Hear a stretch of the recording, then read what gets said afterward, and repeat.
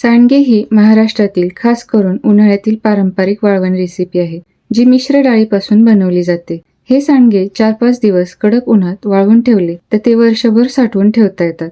घरात भाजीला काही नसेल अशा वेळी या सांडग्यांची भाजी पटकन बनवता येते.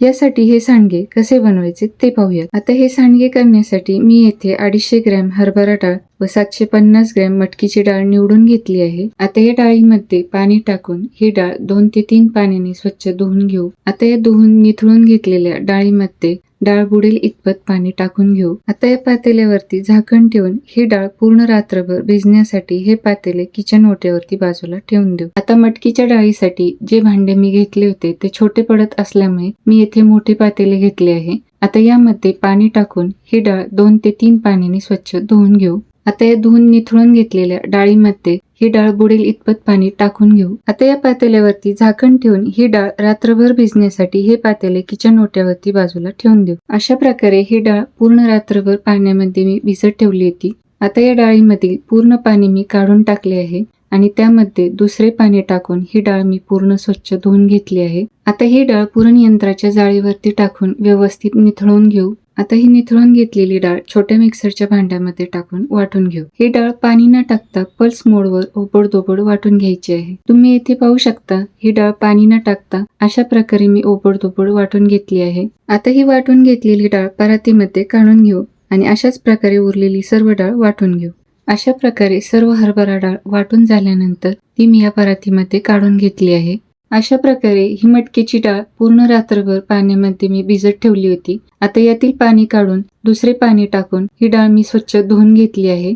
आता एका पुरण यंत्राच्या जाळीवरती ही डाळ टाकून ती पूर्ण व्यवस्थित निथळून घेऊ.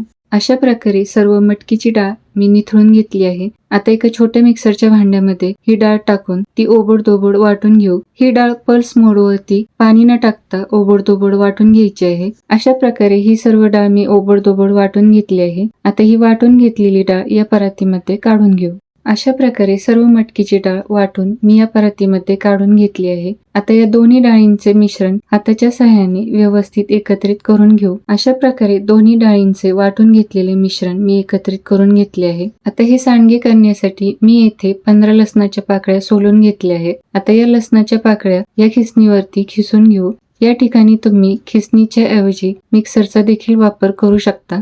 अशा प्रकारे सर्व लसणाच्या पाकळ्यांची मी पेस्ट करून घेतली आहे. आता यामध्ये लसणाची पेस्ट, 2 छोटे चमचे हळद, 16 छोटे चमचे लाल तिखट, चवीनुसार मीठ टाकून सुरुवातीला चमच्याच्या साहाय्याने मिक्स करून घेऊ. आता हे सर्व मिश्रण हाताने एकत्रित करून घेऊ. आता या मिश्रणामध्ये सुरुवातीला टाकलेले मीठ कमी वाटत असल्यामुळे मी पुन्हा यामध्ये थोडेसे मीठ टाकून एकत्रित करून घेतले आहे. आता सुरुवातीला मी या ताटाला व पाटाला थोडासा तेलाचा हात लावून घेतला आहे. त्यानंतर त्यावरती सांडगे तोडून घेतले आहेत. सांडगे तोडण्यापूर्वी पाटाला आणि ताटाला तेल लावल्यामुळे सांडग्यांचे मिश्रण पाटाला चिटकून राहत नाही आणि सांडगे सहज व जलद सुटतात. तसेच सांडगे वाळल्यानंतर ते ताटाला न चिकटता अलगद निघतात आणि त्यांचा आकारही व्यवस्थित राहतो. अशा प्रकारे हे सर्व मिश्र डाळीचे सांडगे तोडून झाल्यानंतर ते मी 4-5 दिवस कडक उन्हात वाळवून घेतले आहेत. त्यामुळे ते 1-2 वर्ष चांगले टिकतात. हे सांडगे नुसते तळून कुडून कुडून खायला छान लागतात. तसेच याची सुकी भाजी व आमटी देखील खूप स्वादिष्ट लागते. त्यासाठी हे सांडगे या पद्धतीने एकदा नक्की बनवून पहा. हा व्हिडिओ जर तुम्हाला आवडला असेल तर व्हिडिओला लाईक व चॅनलला सबस्क्राईब नक्की करा.